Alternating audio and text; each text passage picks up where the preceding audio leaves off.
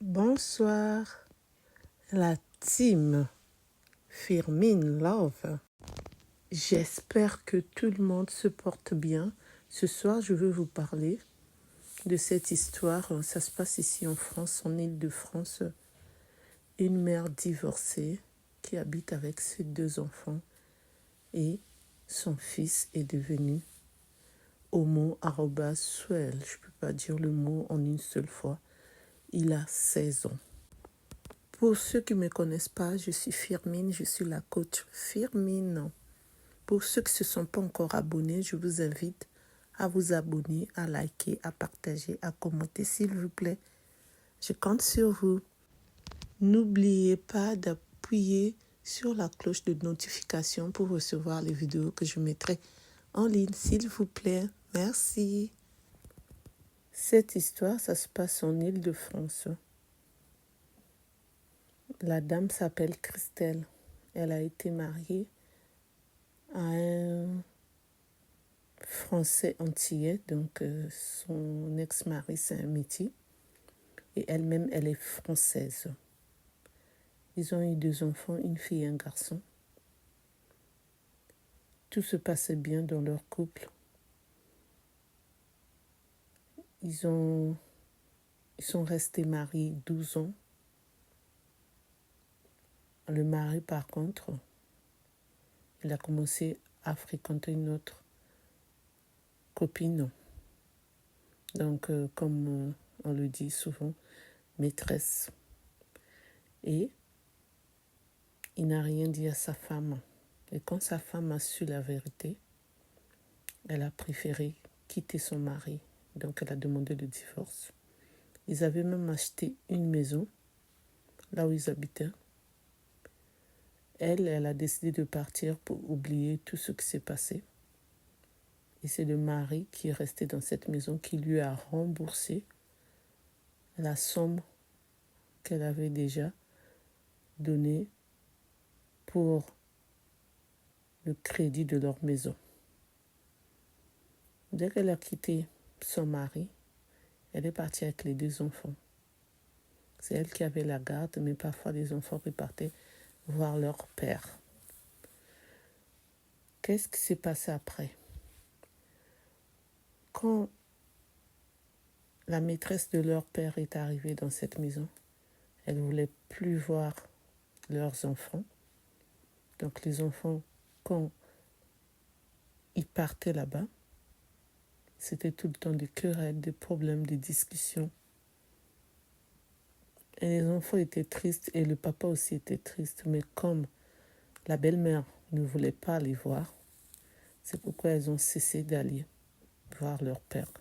Donc leur père les voyait en dehors de leur maison, là où ils habitaient ensemble quand c'était une famille. C'est pour cela que ce n'est pas facile. Quand les parents divorcent, c'est souvent les enfants qui subissent. Et c'est ce qui s'est passé avec les 2 enfants. Et la mère, de son côté, elle a trouvé son compagnon. Jusqu'à aujourd'hui, ils sont ensemble avec son compagnon. Par contre, son compagnon, il buvait beaucoup. Parfois, il devenait ivre. Et elle, auparavant, elle ne buvait pas. Et dès qu'elle s'est mise en couple avec ce monsieur, elle a commencé à boire. Et les enfants se sont livrés à eux-mêmes. Surtout le garçon qui s'appelle Christian. Lui, il sortait avec des amis à l'âge de 14 ans jusqu'à 16 ans. La maman ne savait pas ce qui se passait dans la tête de son fils. Et le fils, lui, il vivait sa vie, il buvait, il avait des fréquentations qui n'étaient pas bien à son âge. À l'âge de 16 ans, il fait asseoir son père. Il dit à son père, « Papa, j'ai un ami. » Son père a dit, « Tu as un ami ?» C'est-à-dire, « Oui, c'est depuis l'âge de 14 ans que nous sortons ensemble. Je suis homo-suel. » Son père était triste, il a pleuré. Son père a appelé sa mère. Sa mère a dit, « Qu'est-ce qui se passe? Viens vite. » Il y a Christian qui me parle, mais ce qu'il est en train de me dire, ça m'a fait mal au cœur. Et quand la mère est arrivée, Christian a repris ce qu'il avait déjà dit à son père. Maman, j'ai un ami, je vais vous présenter mon ami. C'est depuis l'âge de 14 ans que nous sommes en couple. Sa maman a dit quoi? Pas une copine, un ami. Oui, maman, j'ai préféré avoir un ami. P, @D. Comme nous, on le dit souvent, nous les Congolais, je crois d'autres pays aussi. 2 fois, double sim. Et c'est comme ça que sa mère a commencé à pleurer. Donc les deux parents étaient en train de pleurer, leurs larmes coulaient. Mais Christian, ça lui disait rien. Et quand sa grande sœur est arrivée, ils ont dit à sa grande sœur, Maëva, ton frère est en couple avec un ami. Maëva dit quoi? Qu'est-ce que vous êtes en train de me dire? Maëva aussi était en train de pleurer. Pourquoi tu as fait ça, Christian? Il a dit, c'est mon choix. J'ai choisi. Et c'est comme ça que les parents étaient vraiment tristes. Ils se posaient la question. Pourquoi ça arrive à leur fils? Pourquoi leur fils? C'était vraiment triste. Arrivée à la maison, Christelle avait tellement bu qu'elle a commencé à insulter son fils, que le chemin que tu as choisi, c'est pas un bon chemin. Tu devais d'abord continuer tes études. Tu es encore mineur. Et Christian lui a dit, je vais continuer mes études, mais je ne changerai pas ma vie. C'est ma vie. Je vais continuer avec mon ami, que tu le veuilles ou pas. De toute façon, dès que j'aurai mes 18 ans, je partirai de cette maison. Et Maëva, de son côté, elle avait fait connaissance de son compagnon. Elle a demandé à sa mère l'autorisation de partir de la maison, comme elle avait eu ses 18 ans. C'est pour cela qu'elle voulait partir. Sa mère lui a dit, tu peux partir. Et c'est comme ça que Maëva est partie habiter avec son compagnon. Elle travaille maintenant. Et Christian, lui, il n'a pas encore eu ses 18 ans. Il est encore chez sa mère. Et c'est pour ça que sa mère a voulu partager cette histoire pour que les parents qui sont divorcés puissent faire attention à leurs enfants, surveiller leurs enfants, quelles sont leurs fréquentations, qu'est-ce qu'ils font dans la journée, à quelle heure ils rentrent, qu'est-ce qui s'est passé, de suivre vraiment leurs enfants, d'être vraiment sévère, de ne pas les laisser dehors, que les enfants puissent rentrer à n'importe quelle heure et que les parents ne puissent pas savoir si les enfants étaient rentrés. Si c'est la mère ou le père qui a la garde des enfants, de faire de leur mieux pour suivre l'éducation des enfants. C'est très très important parce qu'elle maintenant, Christelle, regrette ce qui s'est passé. Où est-ce qu'elle a échoué? Pourquoi elle a échoué? Déjà, elle est tombée sur un homme qui est ivre, qui boit et j'ai oublié de vous dire qu'il fume aussi. Mais Christelle ne fume pas. Mais Christelle passe son temps à boire. Surtout quand son compagnon est là.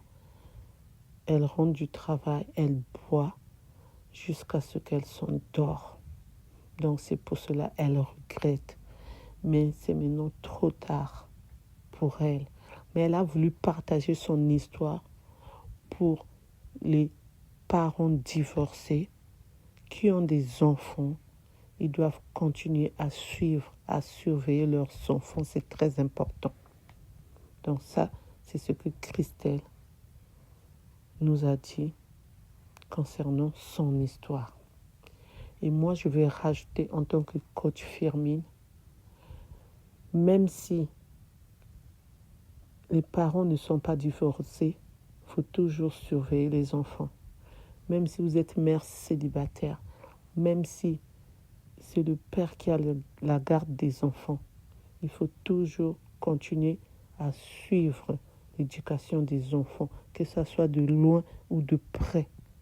Faire leurs devoirs, regarder qu'est-ce qu'ils ont mis comme habit, est-ce qu'ils ont bien mangé, est-ce qu'ils dorment bien, est-ce que ça se passe bien, quelles sont leurs fréquentations, connaître les copines ou les copains qu'ils fréquentent, à quel moment les enfants sortent, à quel moment ils doivent rentrer. Il faut discipliner les enfants et surtout leur dire il faut rentrer à telle heure, après l'école. Pourquoi l'enfant est arrivé en retard? Il faut toujours poser des questions, ne pas arrêter. Surtout, faites le nécessaire d'être proche de vos enfants. Ne passez pas votre temps à les gueuler, à vous quereller avec vos enfants, à discuter avec vos enfants. Non. Passez votre temps à leur parler gentiment pour que les enfants puissent avoir confiance en vous et pour que les enfants puissent bien travailler à l'école, que ce soit à la maison. Apprenez-leur aussi à préparer la nourriture, à organiser, à vous aider aussi dans les tâches ménagères. La sagesse et l'intelligence, c'est à vous de leur inculquer ça. C'est très très important parce que ce sont vos enfants, ce sont nos enfants. Merci de m'avoir écouté, merci de m'avoir suivi. Pour ceux qui ne me connaissent pas, je suis la coach Firmine. Pour ceux qui ne se sont pas encore abonnés, je vous invite à vous abonner, à liker, à partager, à commenter, s'il vous plaît. Je compte sur vous. Surtout, n'oubliez pas d'appuyer sur la cloche de notification pour recevoir les vidéos que je mettrai en ligne, s'il vous plaît. Merci. Je vous dis à bientôt pour une prochaine vidéo.